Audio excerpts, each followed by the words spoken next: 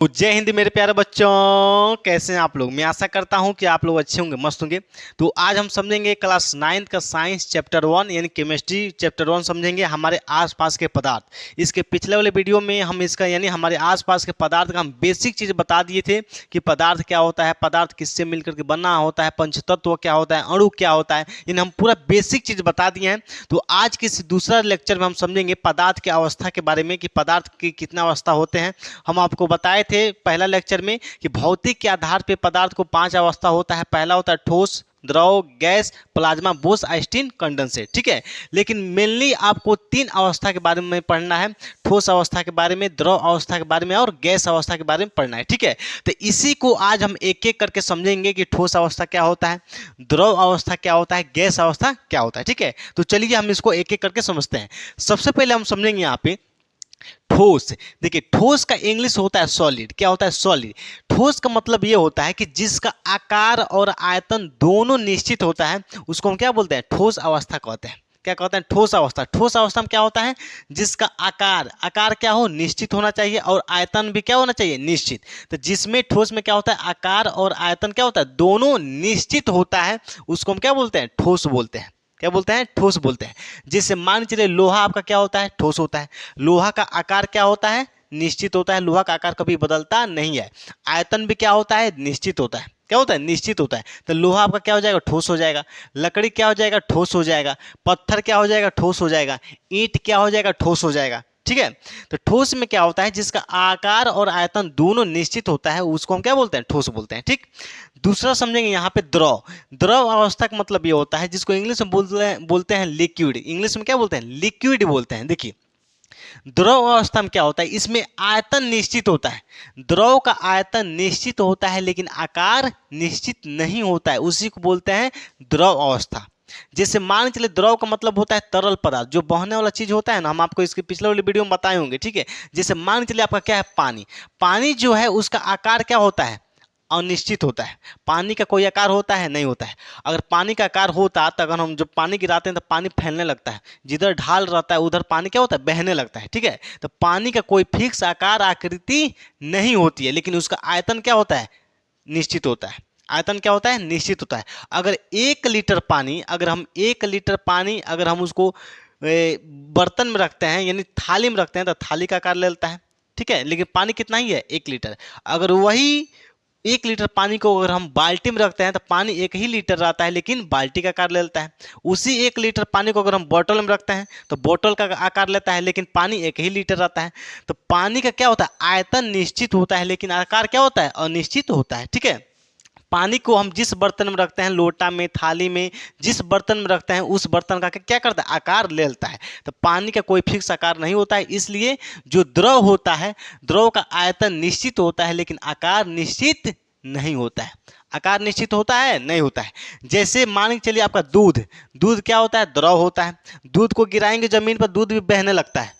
बहता है कि नहीं बहता है? बहता है। ठीक है, पानी भी क्या होता है? पानी आपका द्रव होता है। डीजल क्या हो गया? द्रव होता है। मोबिल, मोबिल भी क्या होता है? द्रव होता है। यानी जितने भी तरल पदार्थ होते हैं वो क्या होता है? सब द्रव अवस्था में आते हैं। इसका केवल आपका आयतन निश्चित होता है, आकार निश्चित नहीं होता है। ठीक, अब यहां समझेंगे तीसरा गैस। क्या होता है? गैस अवस्था है। यह सबसे खचड़ा अवस्था होता है। गैस का ना तो आयतन निश्चित होता है और न ही आकार निश्चित होता है, ये दोनों अनिश्चित होता है। क्या होता है? दोनों अनिश्चित होता है। देखिए यहाँ पे गैस क्या होता है कि गैस का आयतन और आकार, देखिए गैस का आयतन और आकार दोनों क्या होता है? अनिश्चित होता है। क्या होता है? अनिश्चित होता है। जैसे मान के चलिए ऑक्सीजन। क्या होता है? Oxygen gas. यानी आप कभी सोचे हैं कि जो गैस होता है, गैस का कोई आकार होता है? गैस का कोई आकार नहीं होता है। गैस का कोई पेंदी होता है? नहीं होता है। गैस को अगर आप खुला में छोड़ देंगे तो पूरा चारों तरफ से फैल जाएगा। ठीक है, तो गैस का कोई आकार नहीं होता है, कोई आयतन नहीं होती है, तो इसलिए जो गैस होता है उसका ना तो आकार निश्चित होता है और न ही आयतन निश्चित होता है। दोनों क्या होता है? अनिश्चित होता है। तो ऐसे पदार्थ को हम क्या बोलते हैं? गैस अवस्था। ऐसे अवस्था को क्या बोलते हैं? गैस अवस्था बोलते हैं। ठीक है, जिसका आकार और आयतन दोनों क्या होता है? अनिश्चित होता है, उसको क्या बोलते हैं? गैसीय अवस्था बोलते हैं। ठीक है, जैसे आपका ऑक्सीजन गैस हो गया, नाइट्रोजन गैस हो गया, गोबर गैस हो गया, ये सब क्या होता है? आपका गैस का एग्जाम्पल है। ठीक है, तो समझ में आ गया। इन पदार्थ का तीनों अवस्था समझ में आ गया। ठोस अवस्था जिसमें आकार और आयतन दोनों निश्चित होता है। द्रव अवस्था जिसमें केवल आयतन निश्चित होता है, आकार निश्चित नहीं होता है।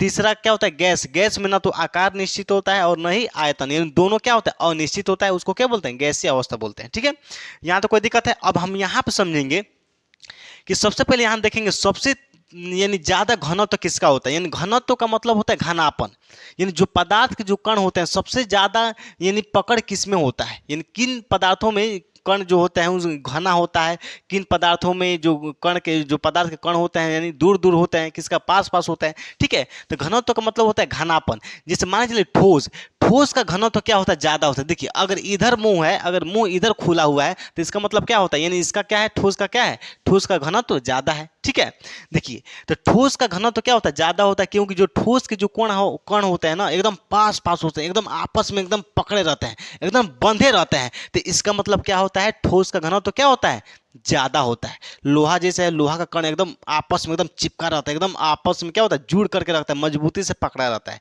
ठीक है, उस और ठोस का अपेक्षा जो द्रव का जो कण होता है उसके बीच का जो घनत्व होता है क्या होता है, कम होता है। यानी ठोस का अपेक्षा क्या होता है, घनत्व द्रव में कम होता है। ठीक है, फिर से उसके बाद से द्रव, द्रव के अपेक्षा जो गैस के कणों के जो घनत्व होता है उसका क्या होता है, कम होता है। यानी सबसे देखिए सबसे ज्यादा घनत्व किसका होता है, ठोस का होता है। उसके बाद से घनत्व किसका होता है, तो द्रव का होता है। सबसे ज्यादा ठोस, उसके बाद से द्रव, सबसे कम गैस, क्या होता है, गैस। अब इसके बाद से देखेंगे आकर्षण बल, यानी आकर्षण बल किसमें ज्यादा होता है, किसमें कम होता है, किसमें मतलब मीडियम होता है। ठीक है, तो इसमें देखेंगे ठोस, जो ठोस होता है ना, ठोस पदार्थ के जो कण होते हैं, देखिए आकर्षण बल का मतलब होता है पदार्थ के कणों के बीच में एक खिंचाव बल लगता है। क्या लगता है, एक खिंचाव बल लगता है। उसी खिंचाव बल को हम आकर्षण बल या संसंजक बल भी बोलते हैं। ठीक है, तो ठोस के जो कण होते हैं ना, ठोस के कणों के बीच में जो खिंचाव बल होता है बहुत ज्यादा होता है। क्या होता है, बहुत ज्यादा होता है। जो ठोस के जो कण होते हैं एकदम मतलब बहुत मजबूती से एकदम पकड़े रहते हैं, आपस में एकदम जुड़े रहते हैं, बंधे रहते हैं। ठीक है, तो इसका मतलब क्या होता है, यानी जो ठोस का जो कणों के बीच में जो आकर्षण बल होता है क्या होता है, सबसे ज्यादा होता है। क्या होता है, सबसे ज्यादा होता है। इसके यानी ठोस की अपेक्षा द्रव के जो कणों के बीच में जो आकर्षण बल क्या होता है, ठोस की अपेक्षा कम होता है। और द्रव की अपेक्षा गैस के कणों के बीच में आकर्षण बल क्या होता है, द्रव की अपेक्षा कम होता है। यानी सबसे ज्यादा आकर्षण बल किस में होता है, ठोस के कणों के बीच में होता है, यानी ठोस में होता है। उसके बाद से द्रव में होता है। सबसे कम गैस के कणों के बीच में क्या होता है, आकर्षण बल होता है। इसलिए गैस के कण क्या होता है, जब कहीं गैस लीकेज करता है तो उसका गैस क्या होता है, एकदम उड़ने लगता है। क्या होता है, उड़ने लगता है, क्योंकि गैस के कणों के बीच में जो आकर्षण बल है, खिंचाव बल कम है, इसलिए चारों तरफ क्या होता है, गैस फैलने लगता है। ठीक है, इसके बाद से देखेंगे फैलाव, यानी सबसे तेजी से कौन फैलता है, गैस फैलता है कि द्रव फैलता है कि ठोस फैलता है। ठीक है, तो सबसे तेजी से आपको पता होगा कि सबसे तेजी से फैलाव किसका होता है, गैस का होता है। अगर कहीं जो एलपीजी सिलेंडर होता है उसमें से गैस लीकेज करता है तो एकदम तेजी से पूरा रूम में एकदम महकने लगता है।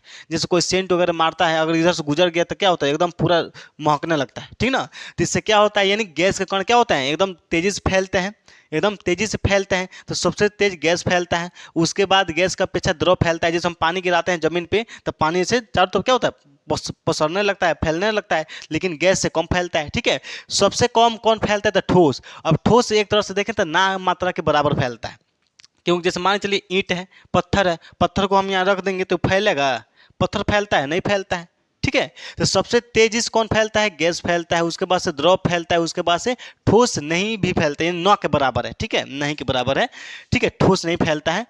अब इसमें देखेंगे गतिज ऊर्जा, यानी गतिज ऊर्जा का मतलब होता है सबसे तेजी से, यानी किसका कण एकदम तेजी से दौड़ता है, किसका कण एकदम तेजी से फैलता है, चलता है। गति का मतलब क्या होता है, चलना फिरना, क्या होता है, चलना फिरना। ठीक है, तो यहाँ देखेंगे गतिज ऊर्जा किसमें ज्यादा होता है, गैस के कणों की गतिज ऊर्जा क्या होती है, ज्यादा होती है। इसलिए आप देखेंगे कहीं गैस लीकेज होता है तो गैस क्या होता है, एकदम चारों तरफ फैल जाता है। क्या होता है, चारों तरफ एकदम जल्दी जल्दी फैल जाता है। ठीक है, तो सबसे तेजी से क्या फैलता है, यानी सबसे तेजी से फैलता है आपका गैस, क्योंकि गैस के कणों का गतिज ऊर्जा क्या होता है, एकदम ज्यादा होता है। गैस के कण क्या करते हैं, यानी गति करने लगते हैं, चाहे एकदम हवा के साथ मिल करके इधर से उधर जाने लगते हैं। ठीक है, तो सबसे तेज गैस के कण गति करते हैं। उसके बाद से द्रव, जैसे हम पानी गिराते हैं तो पानी के जो कण होते हैं क्या होते हैं, गति करने लगते हैं, बहने लगते हैं। तो उसके बाद से यानी गैस का अपेक्षा क्या होता है, कम बहते हैं, यानी कम गति करते हैं। और इस द्रव के अपेक्षा आपका क्या होता है, ठोस, क्या होता है, ठोस के जो कण होते हैं वो गति नहीं करते हैं, गति नहीं करते हैं। जैसे मान चलिए मार्कर क्या है, ठोस है, अब यहाँ रख दिए तो आपका जो ठोस है मार्कर गति कर रहा है, कहीं कर रहा है, नहीं कर रहा है। ठीक है, तो ठोस के कण क्या होते हैं, इसमें गतिज ऊर्जा कम होती है। सबसे ज्यादा गैस, यानी गैस के कणों की गतिज ऊर्जा ज्यादा होती है। उसके बाद से द्रव के कणों का गतिज ऊर्जा क्या होता है, गैस का अपेक्षा थोड़ा ज्यादा होती है, कम होती है। ठीक है, अब इसके बाद से देखेंगे अंतराण्विक स्थान। अंतराण्विक स्थान का मतलब होता है इन पदार्थ के कणों के बीच में खाली जो स्थान होता है ना, जैसे मान चलिए यहाँ पे कोई आपका पदार्थ है, ये क्या है आपका कोई पदार्थ है, पदार्थ का क्या है आपका कण है, क्या है पदार्थ का क्या है कण है। तो पदार्थ के कणों के बीच में जो खाली जगह दिखाई दे रहा है ना, इसी को बोलते हैं अंतराण्विक स्थान। तो इसमें देखेंगे गैस के जो कण होते हैं दूर दूर होते हैं, क्या होते हैं दूर दूर होते हैं। तो गैस को कणों के बीच में जो अंतराण्विक स्थान होता है यानी जो खाली जगह होता है, क्या होता है ज्यादा होता है, क्या होता है ज्यादा होता है। ठीक, उसके अपेक्षा यानी गैस के अपेक्षा जो द्रव होता है, द्रव के कणों के बीच में जो खाली जगह होता है, द्रव के कणों के बीच में जो खाली जगह होता है यानी क्या होता है गैस के अपेक्षा क्या होता है कम होता है, गैस का अपेक्षा क्या होता है कम होता है। ठीक है, इसके बाद से ठोस देखेंगे। ठोस के जो कण होते हैं, ठोस के कणों के बीच में जो खाली जगह होता है यानी नाम मात्रा के बराबर होता है, नहीं भी होता है, आप नहीं भी मान सकते हैं। ठीक है, क्योंकि जो ठोस के कण होते हैं, ठोस के कणों के बीच में जो खाली जगह होता है बहुत कम होता है, एकदम ना के बराबर होता है, आप नहीं भी बोल सकते हैं। ठीक है, तो ये रहा आपका पदार्थ का तीन अवस्था, ठोस अवस्था, द्रव अवस्था, गैस अवस्था। और यहाँ पे घनत्व के बारे में समझ लिए, यानी सबसे ज़्यादा घनत्व किसका होता है, सबसे ज़्यादा आकर्षण बल, सबसे ज़्यादा कौन फैलता है, सबसे ज़्यादा गतिज ऊर्जा किस में होता है, अंतराणु का स्थान किस में होता है। ठीक है, तो ये सब समझ लिए। अब अगला टॉपिक हम अगले नेक्स्ट वीडियो में समझाएंगे। ठीक है, चलिए, तो मैं आशा करता हूँ कि आपको इतना समझ में आ गया होगा। चलिए, तो सभी विद्यार्थी जी को दिल से जय हिंद, जय भारत।